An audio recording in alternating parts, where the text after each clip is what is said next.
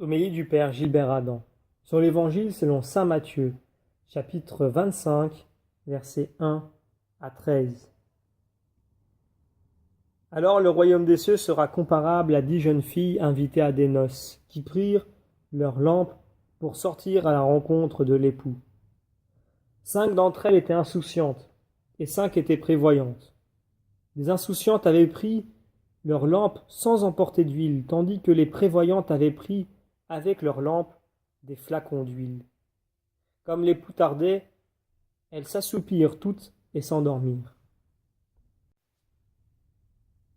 Saint Jean-Paul II a fait de sainte Thérèse Bénédicte de la Croix une des patronnes de l'Europe. Elle était en recherche de vérité.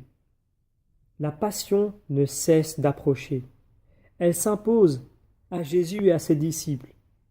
Jésus parle de son propre retour, du temps où les disciples vont vivre seuls, loin de lui. C'est ce temps que nous connaissons depuis toujours. Ce temps nous appelle à la fidélité du don reçu en entrant dans une nouvelle présence. Comment vivre en l'absence de Jésus? Jésus met en scène l'attitude de fidélité dans l'attente qui rendra possible d'accéder ou non au royaume. Il s'agit d'être présent et disponible au moment voulu qui est imprévisible. Jésus nous adresse un regard qui demande à chacun de nous: veux-tu rester fidèle? Le monde est en flammes. La lutte ouverte entre le Christ et l'Antéchrist a commencé. Prends le parti pour le Christ peut te coûter la vie, nous dit Edith Stein.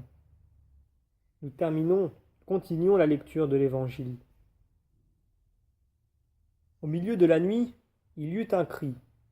Voici l'époux, sortez à sa rencontre. Alors, toutes ces jeunes filles se réveillèrent et se mirent à préparer leurs lampes. Les insouciantes demandèrent aux prévoyantes: donnez-nous de votre huile, car nos lampes s'éteignent. Les prévoyantes leur répondirent: jamais cela ne suffira pour nous et pour vous. Allez plutôt chez les marchands vous en acheter. Pendant qu'elles allaient en acheter, l'époux arriva. Celles qui étaient prêtes entrèrent avec lui dans la salle des noces, et la porte fut fermée. Jésus met en scène 10 vierges qui vivront sensiblement la même chose. Mais certaines prendront assez d'huile dès le départ, cette huile de nos vies. En fait, c'est la qualité de notre amour pour lui. C'est la décision d'aimer qui est au cœur de la liberté qui conduit notre vie. Jésus, dans l'adoration nouvelle qu'il nous apporte, donne un changement décisif dans notre relation avec Dieu. C'est une adoration qui doit être fondée en esprit et en vérité. Lorsque notre esprit est illuminé par l'Esprit de Dieu, il adore ce qu'il connaît. L'adoration en esprit et en vérité touche à la rencontre personnelle avec Dieu. Dans un face-à-face intime de la personne humaine avec la Sainte Trinité. Thérèse Bénédicte de la Croix, dans sa quête de lumière, était très consciente que seule une vraie recherche de la vérité peut conduire au bonheur qu'elle espérait. Aimer dans l'absence, c'est attendre, c'est accepter le travail de ce manque, de savoir que là, mystérieusement, l'amour est présent sous cette forme, que cette absence lui donne de prendre forme, nous donne d'apprendre à le recevoir, à savoir se quitter pour cela, à creuser ainsi en nous cette aptitude à le recevoir lorsqu'il surgira. Nous terminons la lecture de l'Évangile.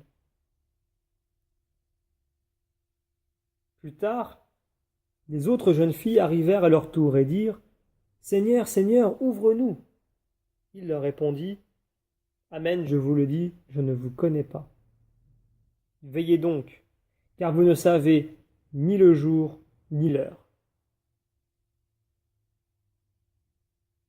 L'union au Christ étant notre félicité, et la progression vers cette union, notre bénédiction sur cette terre, l'amour de la croix n'est nullement en contradiction avec la joie d'être enfant de Dieu. Aider à porter la croix du Christ donne une joie pure et profonde. Ceux À qui sont données cette possibilité et cette force? Les bâtisseurs du royaume de Dieu sont les plus authentiques enfants de Dieu, dit encore Thérèse Bénédicte. Elle reconnaît Jésus et saisit cette vérité en elle. Elle la place dans son cœur. Jésus sera l'attente et le but de sa vie. Il est la vérité qui rend à l'humanité sa liberté. La relation à Dieu a sa part de secret.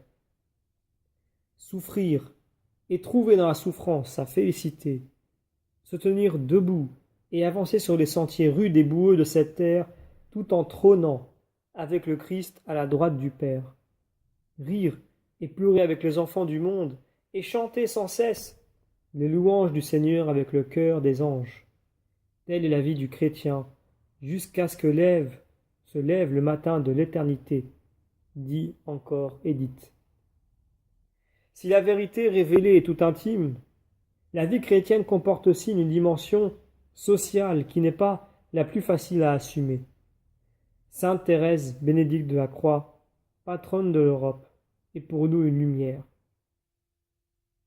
Nous demandons la grâce de rechercher Dieu avec grande ardeur et avec beaucoup d'intelligence.